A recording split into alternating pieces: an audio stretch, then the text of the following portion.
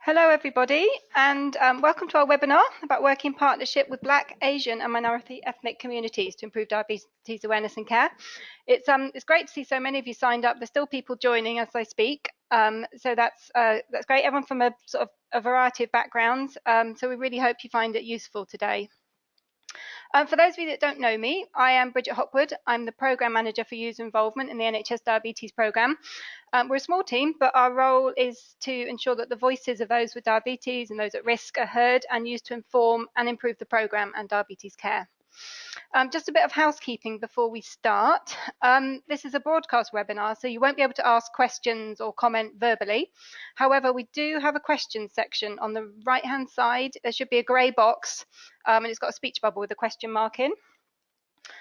So you can use that to type any questions that you may have, and we're going to monitor that throughout the webinar, and you can ask questions to the speakers on your behalf at the end. The webinar is also going to be recorded, and we'll make it available afterwards. So we'll send the link around to all participants, and please feel free to share that widely with anyone else who might be interested.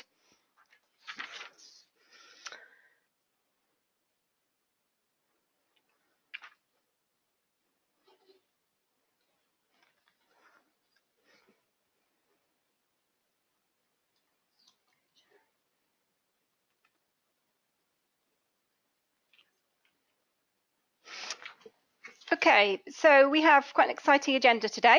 I'm joined by four co-presenters, each of whom is going to share a case study showcasing some of the engagement work they've done with BAME communities and the different approaches that they've used. First up, we have Kat Roma, who's our Programme Officer for User Involvement, and she's going to share her work that she's done with the Turkish Cypriot community in North Central London.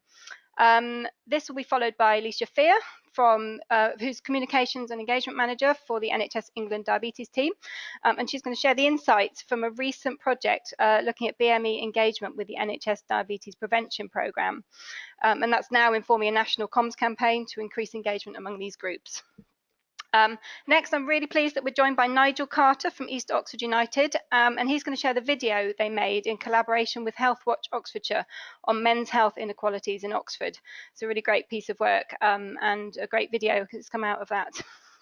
And finally, we've got Jasmine Chowdhury from our Engaging Communities team here at Diabetes UK. And she's going to talk about our Community Champions programme, training volunteers from different communities to deliver key health messages. We're then going to kind of wrap up with some shared learning from all the case studies that you've seen, and also then leave you with some top tips. And hopefully we'll have some time for some questions at the end. So just before we start, it's probably worth saying that although the focus of today's webinar is on BAME communities, and the case studies that you're going to hear are all from Black, Asian and other minority ethnic groups, it's worth bearing in mind that most of the techniques and approaches that you'll hear about could apply to any diverse community. For example, those with learning disabilities, the homeless, travellers, etc. So the key message that we really want to get across is the importance of understanding your audience first and then adopting the approach that works best for them. So just something to bear in mind as we go through today. So why are we doing this? I mean, I don't need to tell you that how important it is to tackle health inequalities, and particularly so in diabetes, as diabetes causes more harm to some communities and ethnicities in particular. And I know that most of you work in diabetes, so I'm sure you're familiar with some of these figures, but just to put things into context, the latest figures this year show that there are 4.7 million people living with diabetes in the UK. Of those, 3.8 million are diagnosed, but there are also almost 1 million people living with undiagnosed type 2 diabetes. And by 2030, it's actually predicted that this number will rise to nearly 5.5 million. And of the 4.7 million, approximately 90% have type 2 diabetes. 8% have type 1 and 2% have other sort of rarer types of diabetes. So a huge number of people are currently diagnosed with type 2. And furthermore, an estimated 12.3 million people are living with increased risk of developing type 2. More than half of these cases could be prevented or delayed, which is usually through lifestyle and diet changes among those who are at risk. And finally, importantly, whilst obesity is the single greatest risk factor for developing type 2 diabetes, age, family history and ethnicity can also contribute to someone's risk. and those of South Asian, Black African and Black Caribbean descent are 2 to 4 times more likely to develop type 2 diabetes than white people. There are many reasons for this, including genetics, but also cultural influences such as diet, lifestyle, and the importance of family traditions and religious festivals. And we're going to hear a lot about that later on. So we need to ensure that the NHS Diabetes Programme, including the NHS Diabetes Prevention Programme, is meeting the needs of everyone who uses diabetes services. And to do that, we need to ensure that we're engaging effectively with those communities who are at higher risk. Now, we quite often hear that people find it challenging to engage with diverse communities. So as part of our involvement work, we've been trying to understand a bit about the reasons for this. So we've asked 3 key questions. What are the challenges and barriers, including any kind of perceived barriers to meeting the needs of diverse communities? What's stopping people from doing it effectively? And also, do you have any worries and fears about doing this? And sort of in our work, when we've been looking into this, we found that there was quite a lot of honesty around worries and fears, which was really useful, because understanding the concerns and the barriers are key so that we can share ways of overcoming them. And that's really what today is about. So some of the challenges and barriers to engagement that people told us about. First of all, people have said that they find it a daunting prospect. They think they don't have the knowledge, they don't know where to start.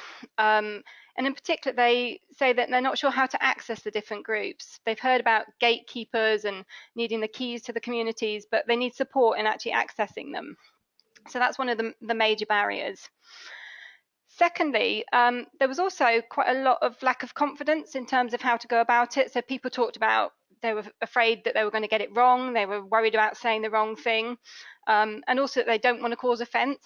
And these were really interesting and very honest views as well. And I think it's something that needs to be addressed.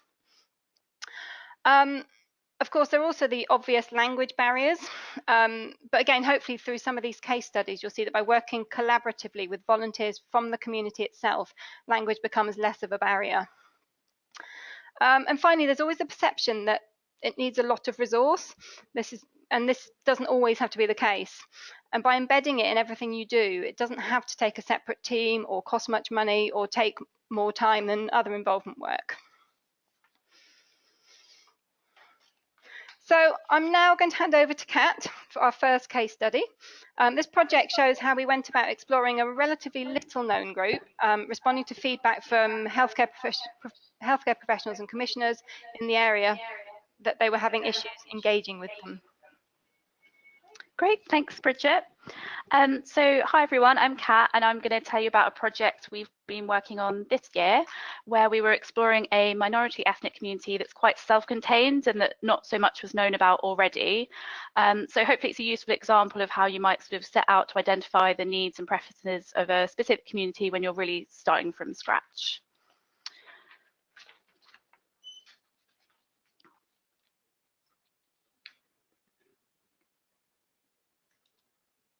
So what we set out to do is to explore some of the attitudes and experiences relating to diabetes in the Kurdish, Turkish and Turkish Cypriot communities in the north central London area. So that's an STP that's made up of 5 boroughs.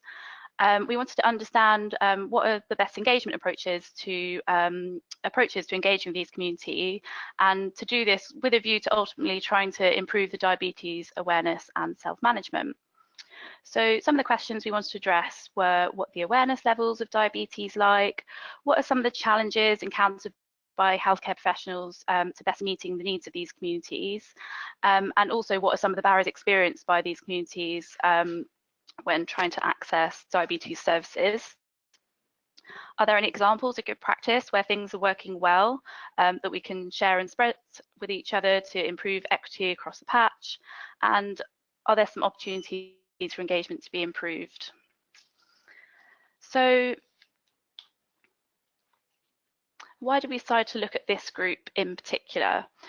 Often when we think about diabetes in ethnic minorities, our attention sort of focused on those groups with the highest genetic risk factor for diabetes, like South Asian, Black African and Black Caribbean ethnicities. But there is quite a lot of already happening in the diabetes space to understand more about these groups, and targeted work to engage them with services. And we'll hear some really good examples of these later today. But our team knew from working in the London region that there were some challenges for people from these communities and for the healthcare professionals working with them. So this was an unmet area of need that needed to be addressed. Another factor was that relatively little is already known about the Kurdish, Turkish and Turkish Cypriot communities. So it really required a kind of thorough and meaningful engagement because we were starting from scratch and we weren't able to base our approach on lots of existing knowledge. And finally, on a practical level, the Kurdish, Turkish and Turkish Cypriot communities in north central London is quite a small and concentrated population in particular areas. So it's sort of realistic size for us to be able to do something meaningful within the time and the capacity that we actually had available for this project, rather than trying to attempt a completely insurmountable task. So what did we do? Well, we were brought together a group of people from inside and outside the organisation who could inform the work.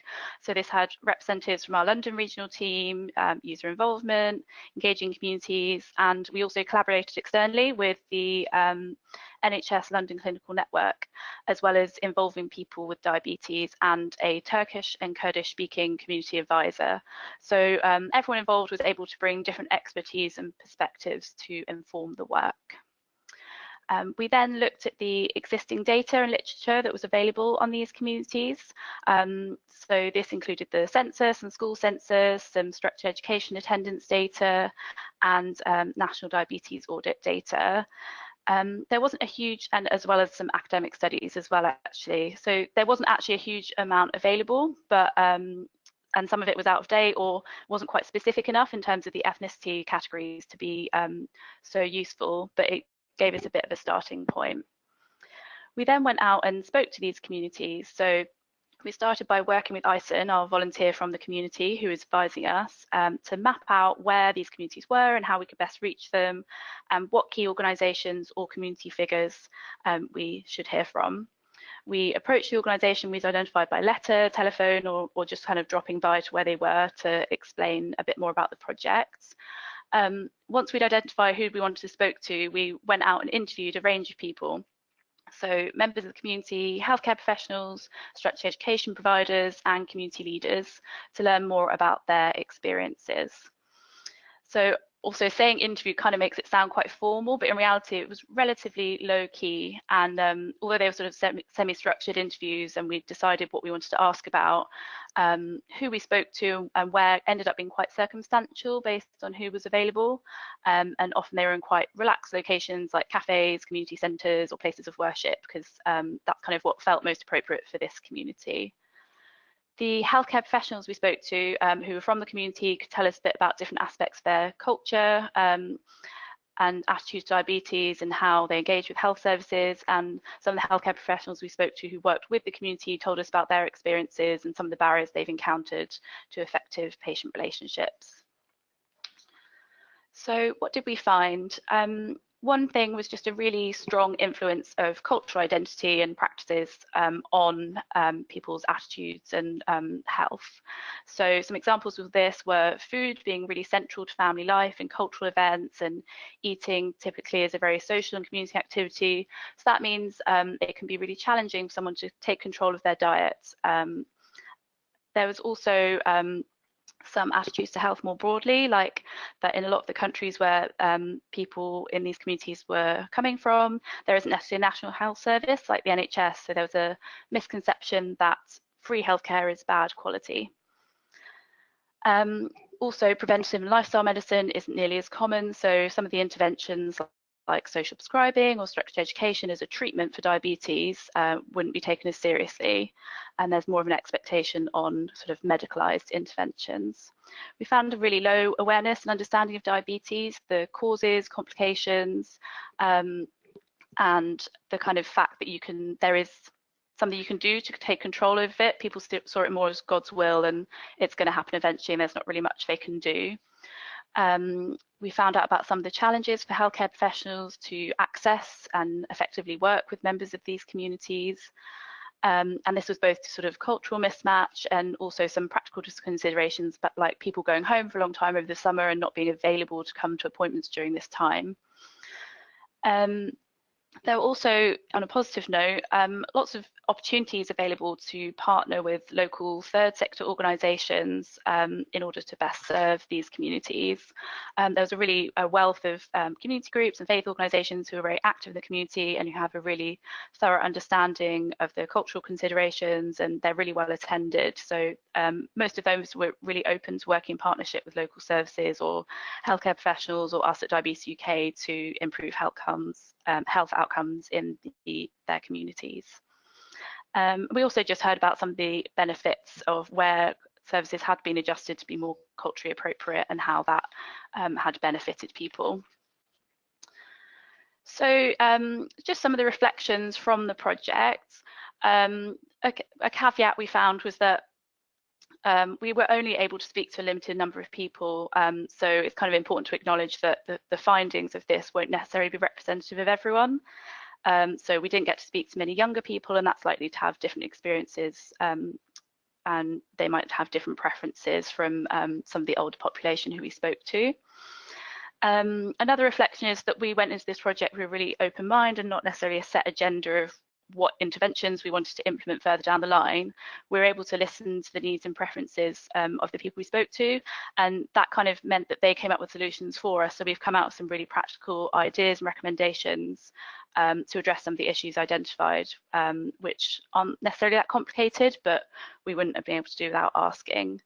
And as I mentioned at the start, because we were starting from such a low level of knowledge, it was a bit more time consuming than we expected, but it kind of gave us really rich information, allowed us to build relationships and sort of trust with people over time. So yeah, thanks.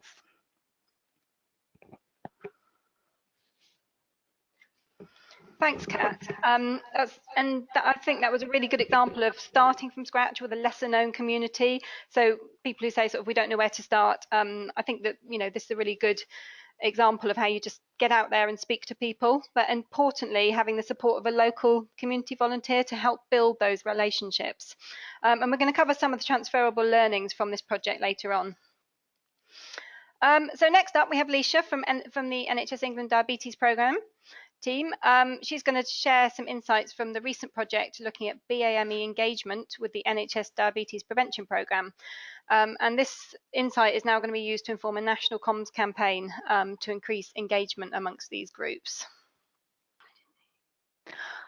Hi everyone, it's Licia here from the Diabetes Programme. I'm the Communications and Engagement Lead. I think we might have had a bit of a technical difficulty there, so you might not have been able to hear me. So I am going to roughly start again. So we have recently commissioned an insight project into diabetes and BAME communities. The Insight project was originally supposed to help us improve communications and engagement with this group, and was kind of centered around getting more people from Black, Asian and minority ethnic groups onto the diabetes prevention programme. So as you know, people from South Asian, Black Caribbean and Black African descent are at a higher risk of type 2 diabetes, but we're not seeing as many people from those groups as we are white people on the prevention programme. So we wanted to commission an insight project to inform our communications and engagement activity and find out how we could try and improve the numbers of people attending that group, the programme from those groups.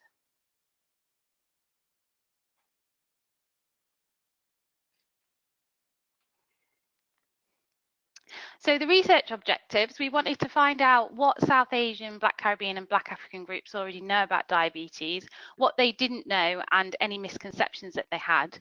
We also wanted to find out what persuasive levers we could use to encourage the uptake of the diabetes prevention programme, and also to help people from these communities improve their own diabetes self-care.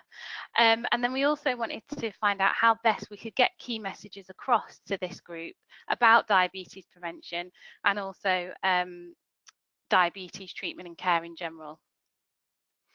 So we worked with an agency called Cultural Intelligence Hub, and this is an overview of the approach that they took. So there was a bit of horizon scanning at the beginning. They reviewed 17 reports. Then they also did some qualitative insight research. That was followed up with some quantitative research, which is greyed out because at the time this was produced, the quantitative was still open, but it's closed recently. That was followed by a research debrief and strategic comms workshop, which happened just a few weeks ago. And at the end of that, we will be developing a toolkit, which I'll come on to later. So I won't go into full detail on kind of who we talked to and where they were from. I will share a full slide set about the Insight project after this webinar so that you can see in full, but this is just kind of a snapshot of all the people we spoke to. So you can see that we spoke to a variety of people from different subgroups within those key South Asian, Black Caribbean and Black African communities, a mixture of those living with type 2, those not, and also spoke to some people with type 1 as well. And as well as the people actually living out in the community with type 2 and at risk of diabetes, we also spoke to community champions, and we also spoke to healthcare professionals.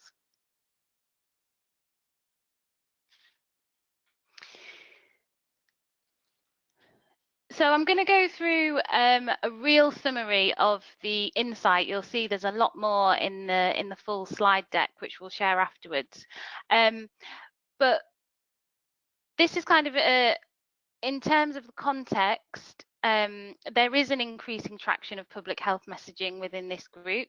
The perceptions of beauty kind of are beginning to change, such as big is beautiful, which has come out of the African community. Diets of people are changing, and being more active is also becoming more prevalent within these groups as well. And there is a desire to avoid and limit future health problems, and also a desire to set positive examples for their children as well. In terms of awareness, most people knew what diabetes was, and the highest awareness was with those that did have some engagement with their healthcare professionals. The awareness comes from a variety of sources. So they were getting public health messaging from mainstream and ethnic targeted media. And there was a lot of people we spoke to that had a really close connection with diabetes through friends and family. There was more of the kind of variables around what the actual symptoms were, the complications, how you could actually prevent type 2, and what some of the kind of rarer forms of diabetes were. In terms of the attitudes towards type 2 diabetes, they were largely driven by the degree to which how much they knew and understood of the condition and how much they thought they were at risk. And there were some overall beliefs about diabetes, but also some further nuances which came out in these kind of 5 emerging segments. There is more detail on each of these in the full slide deck, which we will share. And out of these, we'll be kind of working on campaigns that target specific groups. But we're looking at possibly working towards targeting the vacilators. So these are people who kind of want to do more to improve, to prevent diabetes and also improve their self-care, but maybe that they just don't know how. So these are the group that kind of do want to do the right thing. They do want to set a good example for their children. They do want to be healthy and avoid future health issues.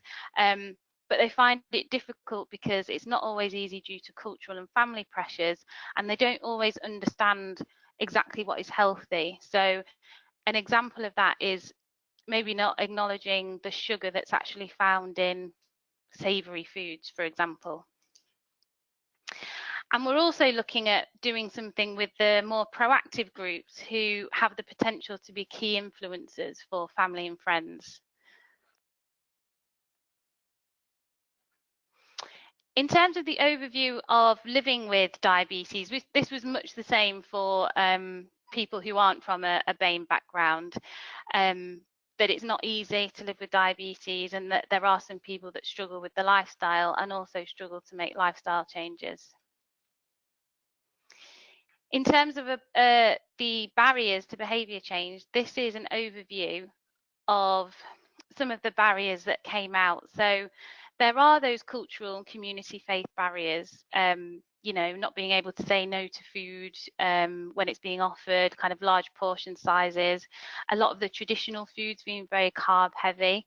But there are also macro barriers as well around the cost of food, some family barriers around women being expected to do most of the cooking, and maybe other family members not being happy about them having to change the way that they normally, the food that they normally eat. And then also the individual barriers, which we see across the board, not just from BAME backgrounds, and that's just a lack of time, a lack of kind of willpower, and also a lack of information. In terms of the DPP specifically, most of the drivers were around not wanting to take medication, not wanting to follow in the footsteps of other relatives living with poor health outcomes, and wanting to set a better example for their children. The good news is that everyone we spoke to that was on the diabetes prevention program had really, really positive things to say, and life-changing was the word that was normally used to describe it. And here are some of the kind of positives and negatives that came out of people that were on the program itself. Lots of people saying it was well worth the time commitment. And one of the main things that was kind of in the negatives was around it being quite difficult to translate the advice. And that is something that we are working on as a result of this project, which I'll briefly explain later. So in terms of what we're doing on the back of this Insight project, as I said, originally this was kind of designed to help us improve the communications and engagements to BAME communities. So what we are going to do is take all the insight we've got and produce a communications toolkit for communications professionals across the NHS and NHS diabetes prevention programme providers. So that will be a really practical toolkit which will say what the insight means when actually speaking to different BAME groups. What we're also doing, because we've had the information come out around food and sometimes it being quite difficult to translate what they learn on the programme to actually how they live in real life, is we're extending the Insight project to speak to some more NHS diabetes prevention programme coaches that work in high BAME populated areas, because we know that those coaches are already making really good suggestions that are specific to the communities that they're talking to. So what we want to do is really gather all of that information and put it into a BAME specific food guidance, a food guide, and that will be provided to every NHS DPP coach working across the country.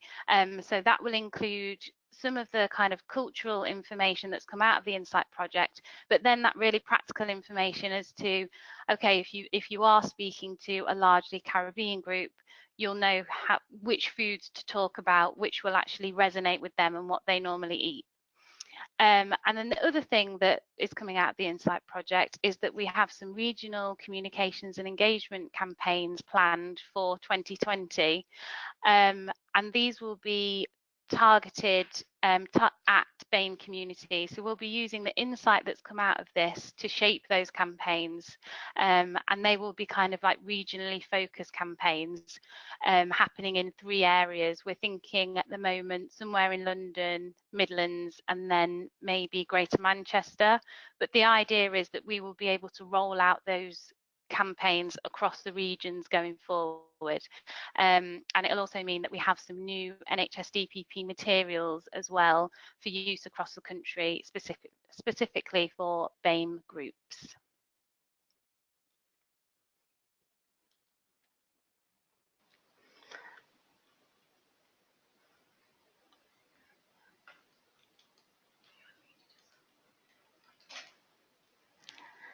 Thank you, Leisha. And apologies for the technical issues at the beginning there and the lack of sound, but thanks for starting again, Leisha. So again, some really interesting insights, and I particularly like the segmentation. I thought it was really interesting, and to really show where you're going to focus your campaign, and really look forward to seeing the impact of the campaign that follows it. Hopefully, it will see an increase in engagement with the NHS DPP among these groups. Alicia's going to share the slides afterwards, and we'll also send around the webinar recording. So next up, I'm delighted to welcome Nigel Carter from East Oxford United, which is a community-based football club based in Cowley in East Oxford. And Nigel's going to talk about a really exciting project they carried out last year in collaboration with Health Watch Oxfordshire, exploring men's health in Oxford. And in particular, exploring awareness of and barriers to uptake of the NHS health checks amongst BAME groups in the area. And they've produced a video of the project, which we'll play for you shortly. So we're really delighted that Nigel can join us today. He's been pretty busy since the launch of the video. I think he's been presenting it in lots of different places. So over to you, Nigel. Okay. Many thanks, Bridget. Hello, everybody. What I'll do is just give a very brief introduction to the Men's Health Research Project, which we did. And then one of the positive outcomes of the project was the film that hopefully you'll see called Don't Be Offside with Your Health. So that was a film that we did that came out of the Men's Health Research Project. So just a little bit about East Oxford United. East Oxford United is a community-based grassroots football club, sports club, and it's made up of children, young people, parents and volunteers. And the club reflects the diverse multi-ethnic population of Cowley and the wider East Oxford area of the city. And that's the area in which we did the men's health research. And the reason for us undertaking the research was that statistically, 1 in 5 men die before the age of 65. Men are less likely to seek help or talk about their physical and mental health. And Black and Asian and minority ethnic men in particular face additional barriers and higher risk of some diseases such as diabetes, which we're discussing today. And then in terms of Oxford in particular, Oxford has seen a life expectancy gap between Oxford's affluent and more deprived wards. So the life expectancy gap in Oxford has increased from 4 to 15 years between 2005 and 2011. So what that means is that if you're living in North Oxford, you have a longer life expectancy than if you're living in the Cowley, East Oxford area of Oxford, in which we did our men's health research. And linked to this, that we found the research was kind of looking and exploring the issue underlying the NHS health checks and the fact that there's a low uptake from Black and Asian minority ethnic groups, and particularly men, in relation to NHS health checks in Oxfordshire. And also as well, we wanted to explore the reasons why there's a lack of data. So the Oxfordshire Health and Equalities Commission highlighted a lack of data on Black and Asian and minority ethnic groups in relation to health. So what did we do? So we worked collaboratively with Health Watch Oxfordshire via the Health Watch Oxfordshire's project fund. And essentially we've co-designed the project with Health Watch Oxfordshire. And we sought 2 main aims really: to look at the barriers to men accessing NHS health checks, and also to look at the attitudes that men in the city of Oxford have around things that they can do to keep healthy. And a key to the project was us working through the community networks that East Oxford United has. So an example of that is working through social networks linked to the football club, places of worship, so local mosques, working with taxi drivers that work in Oxford. And this gave us a chance to talk to men about their health and NHS health checks. And then as well, sort of like engaging with men in sort of like, areas where men congregate and socialize, local shops, businesses, and local barber shops, which hopefully you might see an example of in the film. And as well, a key aspect of the research was to use a men's health football tournament. So every year in August, we have a community cohesion cup, which has about 25 different teams from 25 different nationalities playing in the community cohesion cup. So we adapted that idea and used the community men's health football tournament and used that to coincide with Men's Health Week, which in 2018, Men's Health Week and the Men's Health Forum was focusing on diabetes. So we used the Men's Health Football Tournament during Men's Health Week, and also during a community-based event called the Oxford Eid Extravaganza, which in 2018, when we did the Men's Health Tournament, had an audience of over 5,000 people attending the Eid Extravaganza. And so we had 25 different teams made up of 25 different nationalities playing in the tournament. And so, very briefly, what did we find out in terms of the research? Because a key aspect of the research was using a men's health questionnaire.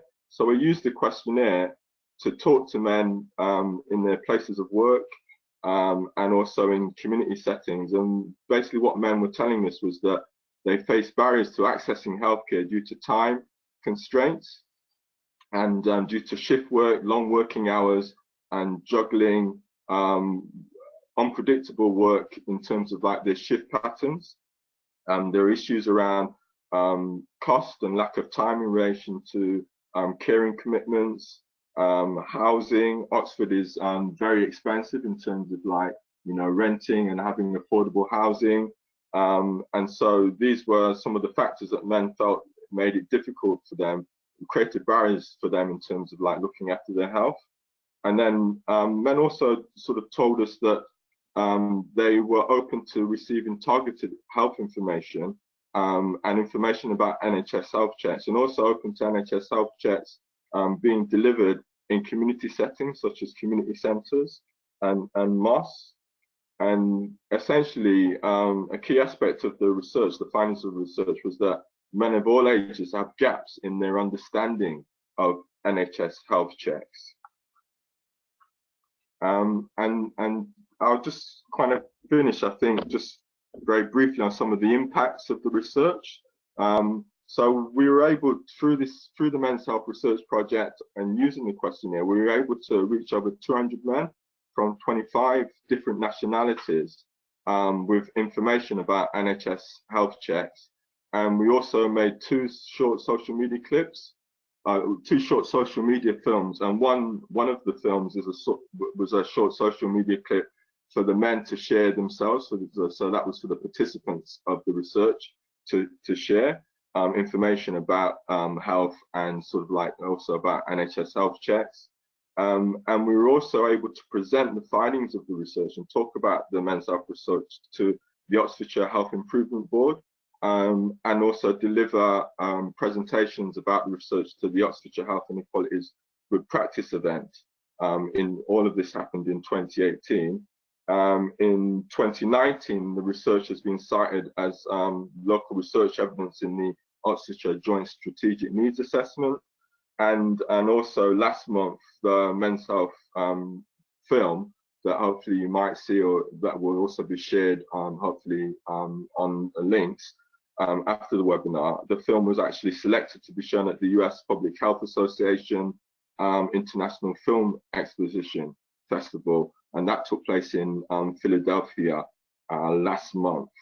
And the key lessons really for us in terms of like doing the research in partnership with Healthwatch Oxfordshire was the importance of collaborative working, and sort of like the importance of also as well in terms of working with Black and Asian and minority ethnic communities, the importance of continuous and ongoing dialogue in relation to community engagement, and the value as well of working through community networks and working with community volunteers. And that this showed us that working with communities can actually support both the design and delivery of health programs. So for us, the Men's Health Research Project a great lesson for us doing the research and working with the community networks and volunteers was that community-centered approaches for raising awareness around tackling health inequalities and improving health and well-being are a really positive approach in relation to working with Black, Asian and minority ethnic communities. Great, thank you, Nigel. And as Nigel mentioned, there's been 2 versions of the video made. We're going to show you the short, the social media clip, but we'll also circulate the longer version after the webinar as well. But we're lucky to have Nigel with us today to actually give us the background on that. So that's great. So I will now just launch the video.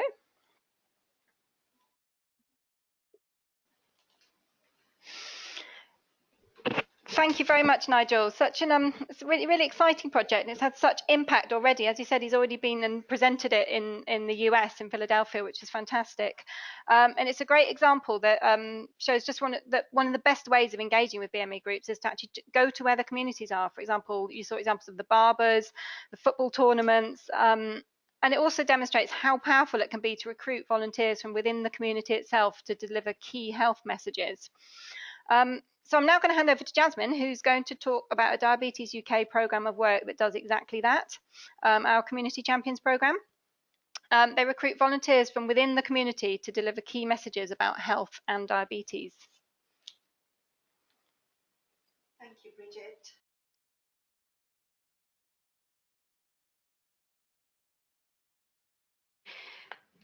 Thank you, Bridget. Hi, everybody.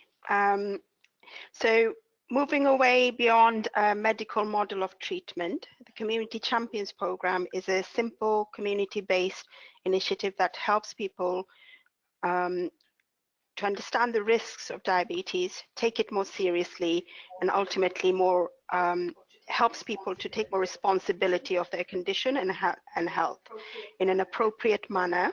The program is tailored for ethnic minority communities and those living in socioeconomically deprived areas. The program trains adults living within those high-risk communities to educate and raise awareness of the condition. So why do we need a Community Champions Programme? We all know the UK is increasingly a more diverse, more aging and more obese nation. According to the last census, 14% of the population of England and Wales identify themselves as non-white, and if the current trend continues, Black, Asian and minority ethnic communities will be 1/3 of the UK population by 2050. As you've heard already, these communities, such as South Asians, African and African Caribbean communities, have higher rates of diabetes. They're 2 to 4 times more likely to develop diabetes.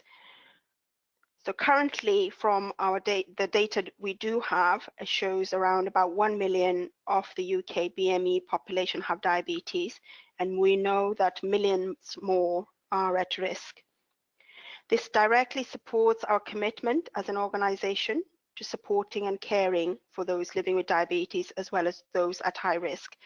Tackling inequalities is also a priority for Diabetes UK, and it's one of the key outcomes in our new strategy. The NICE quality standard covers promoting health and preventing premature mortality. It draws particular attention to some of the specific areas of inequality amongst Black, Asian and other minority ethnic groups who are at increased risk and have poorer access and as well as experiences of services and also experience worse health outcomes. We also know there is overwhelming evidence that changing people's health-related behavior can have a major impact on some of the largest causes of mortality and morbidity. The Engaging Communities team at Diabetes UK has a national role, and it draws in on the knowledge and experiences of the team members and the programme to ensure that we effectively engage with communities at risk and that our services are equally accessible to diverse range of audiences. How does the Community Champions program work? So having started in 2012 and around about 1,000 community champions trained, the interventions are twofold. We aim to help people make appropriate lifestyle changes to prevent diabetes and enable people already diagnosed with diabetes to better self-manage. The overall aim is to raise awareness and to equip people with knowledge and skills to help them make informed choices that lead to better health outcomes. In the process, we hope that the patient is able to have a voice in policy making and also in delivery of services. The program understands people's cultural and religious background, understands the genetic blueprint, and puts some people at more risk than others. The initiative focuses on changing behavior linked with increased diabetes risk, such as poor diet, low levels of physical activity, psychological barriers relating to cultural beliefs and practices, influences that impact on the choices people make around lifestyle and health behaviors.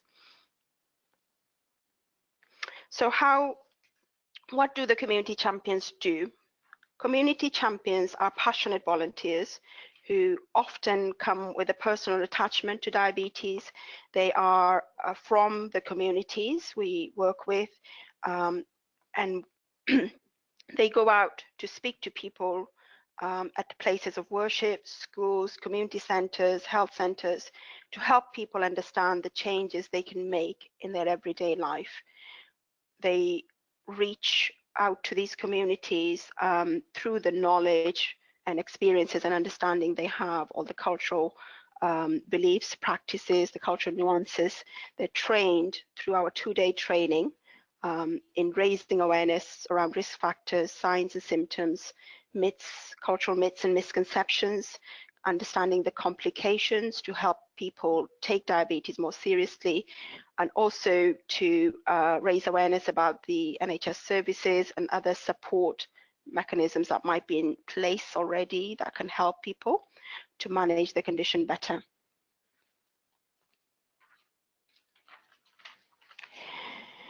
So the program is designed to work around motivation and understanding what is stopping people from making lifestyle changes and improving their health behaviors. So community champions, in going out and raising awareness, trying to empower in a culturally appropriate way, they build up people's capabilities by helping them to make more informed choices. They determine what would motivate an individual to make those behavioral change, and then support them to maximize the opportunities that are there through the lifestyle through the lifestyle changes and the behavioral changes that can help to prevent and better manage diabetes. They would share information and signpost to support and services, and ultimately they are helping us to tackle inequalities by influencing change in the communities they work in, and also in shaping or helping us to think about how policies and services can be changed to meet the needs of diverse audiences. Some examples of how we work in the program. So we work in partnership with NHS trusts, CCGs, universities, third sector organization and community groups to help us to scale up and reach widely as possible and to maximize the impact of our work. So community champions have often described how the knowledge they have acquired through the program has helped them to change people's attitude, mindset and behavior, and potentially to save lives by preventing diabetes and better self-management through avoiding those long-term complications. People who have been involved with community champions often say how they understand, by understanding the condition better, they are able to take more responsibility and control over their care plan and what they need to do around their lifestyle choices, instead of relying on health professionals to manage the condition for them. So we currently have projects in areas in Birmingham and Solihull, for example, where we are working with the CCG, as well as the providers of the structured education program for those who are living with diabetes. So we work very closely with GP practices, clinical and locality leads, primary care networks, for example, to reach the patients from diverse range of communities in the area. We've also currently have been training and deploying community champions in Surrey, Slough, Buckinghamshire, areas in London, Coventry and Rugby, as well as Wales. We've also been working with University of Birmingham to develop an evaluation framework to look at how we can measure some of the impacts of our work. And just to give you a bit more detail about a specific project called Awareness to Action. So this is one of our projects that aim to test how we can raise awareness of the increased risk of type 2 diabetes. It focused on people from Indian, Pakistani and Bangladeshi origin. The age group we worked with are 25 to 39 years old, using a scalable channel through media and social media. The approach was based on insight gathered through which highlighted that people from these ethnic backgrounds do not know their increased risk from 25 or how serious diabetes is. They felt that it was inevitable and that they would develop type 2 as they get older. And they wanted culturally tailored information. So Awareness to Action project adopted a marketing approach based on key message and call to action using local celebrity and GPs plus individual case studies. So we've got an example on the slide. So if you're from an Indian, Pakistani, Bangladeshi background, you're at increased risk of developing type 2 diabetes from a younger age, but it's inevitable. Find out your risk. But it's not inevitable. Find out your risk and what to do next. So, and then you would have a link to our Know Your Risk page. The project launched at the end of September using a range of marketing channels. The major focus was on social media, but we also trained up some community champions, for example, to hold community event where we can raise awareness about the Know Your Risk assessment tool, and also to raise awareness about people from these communities having a higher risk. It received media coverage in Derby as well as nationwide Asian media, reached so far approximately 300 people over an 8-week period, found out their risk at hundreds more, looked at the Know Your Risk tool, but didn't complete it. The next steps involve evaluation, learning and exploring what will make a difference at scale. Some reflections from the project include finding out your risk is quite scary. People need to be taken on an awareness raising journey, not just be advised to go on straight to the tool.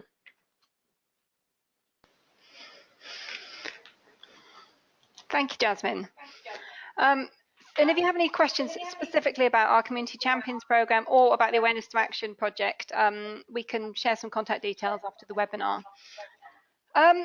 So I'm aware that we are approaching 3 o'clock. So you've now heard sort of 4 really great examples of engagement with BAME groups. And I just wanted to summarise some of the key learnings that are running across all of the case studies, really, and then we'll just end with a few sort of top tips, our top tips for engagement. For me, I think one of the most important things that was coming through, one of the key learnings, about the importance of delivering messages from within the community and how we can make the most of existing community assets to do that.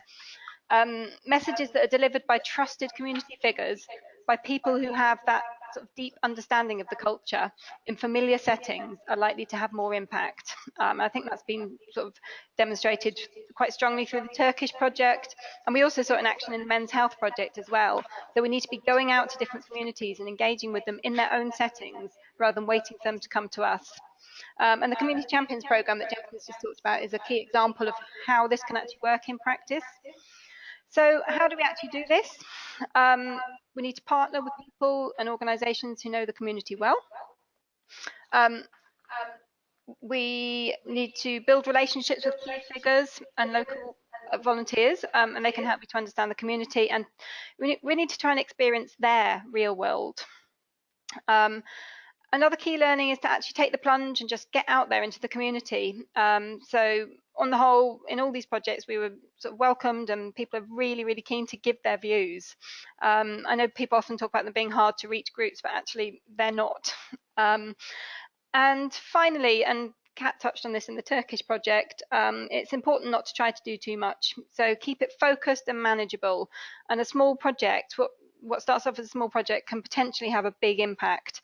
And I think the Health Watch project is a sort of prime example of that. You know, what started as something quite small and local is now having impact sort of nationally, and also, you know, in the States as well.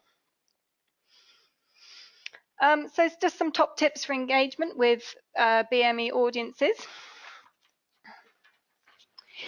Okay, so sharing learning and experiences. That includes good and bad ones, learning from each other, not try to reinvent the wheel. The data and the evidence and the insights we gather from our work, it's really important that we share these as widely as possible. Our endeavors to meet the needs of diverse communities should be driven by what we know, what we want to learn, and can share through our experiences. We should freely share and learn from both good and bad experiences. It's also important to remember that we don't have to be an expert. We need to build partnership, work with people who are the experts in the area and key figures in those communities. Much of our success in reaching diverse audiences relies heavily on building and nurturing those relationships, prioritizing building and nurturing relationship with cultural connectors or people who have strong connections within those communities, really important.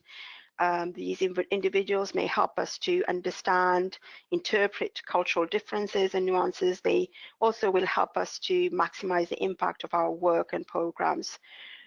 One size doesn't fit all, so the flexibility is key here, being adaptable to the needs of the target audience.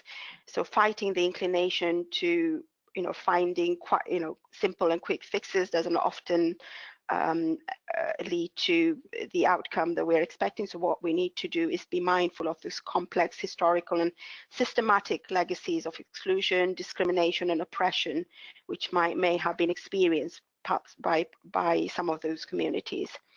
And positioning ourselves to listen, being open to learning, it is really vital in order to reach out to these communities. You don't always have to get it right.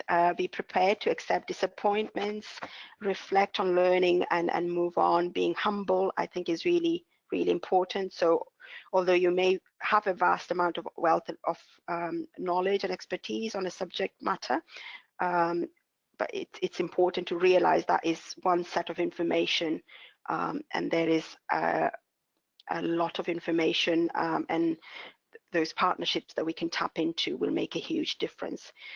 And thinking about how we can be sort of open to learning, it's just, take the first step, and be open to learning, I think, is the key. Thank you. So that brings us almost to the end of our webinar. I hope you found it useful. We have got quite a few questions that have come in. So if you do have time to stay for a couple of questions, then please do. So one of the questions that's come in this one's for Leisha actually. Will the NHS England regional engagement and comms campaign focus on uptake of the NHS DPP or more general awareness raising of diabetes? Can you repeat that? Sorry. So will the regional engagement and comms campaign focus on uptake of the DPP or more general awareness raising of diabetes? So the campaigns themselves will focus on uptake of the diabetes prevention programme specifically. However, the communications toolkit which we're going to provide out of the Insight project will have general messaging around how we can improve communications around prevention and treatment and care as well. Great, thank you. I'll just take a couple more. Someone asking if we'll be able to share the questionnaire that was used to collect the data for the men's health research. I think it's included in the report that's on the Healthwatch website, so we can send around the link to that as well when we send the video link after the webinar. Just a comment, great video, very engaging, should be used nationally. So thank you for that. And final question, are the community champions still only doing commissioned work? That's one for Jasmine.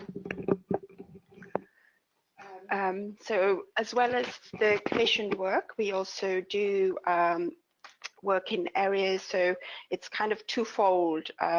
We quite often get approached by NHS organizations or universities where there's a local need that's been identified, and we would then tailor or focus, the specific area that the NHS organization is looking to improve in that area. We also looking at the data from the NDA, for example, we might ourselves identify areas where we know there is a need to work with people from Black and minority ethnic communities, and we quite often then work with local organizations to develop some training and see if we can support to bring about some changes there. Great, thank you. And if you have any further questions, please do email us. We'll send around all the questions and a response to the questions as well afterwards. So finally, I just wanted to end on, some of you may be aware that we've recently launched some guidelines for involving people affected by diabetes. That's taken about a year to develop, and we've launched them in the north at the moment, but the idea is that they're going to be rolled out nationally as well. So again, we'll send the link round, but it's based on sort of real practical tips for involving people in their care. And Pledge 4 in particular is around involving sort of giving tips and action points for involvement of people from all backgrounds. So that might be a useful resource for you as well. So on that note, I just want to say thank you for joining us today. I hope you've all found it useful, and a big thank you to all our speakers today, so to Leisha, Jasmine, Nigel and Kat. And we look forward to hearing more about your engagement projects. If you have any projects you want to share with us, or any questions or support you need, please do email us at our involvement email address, and we'll send around an email to everybody with the recording of the webinar, so please feel free to share, and also any other useful resources. Thank you very much.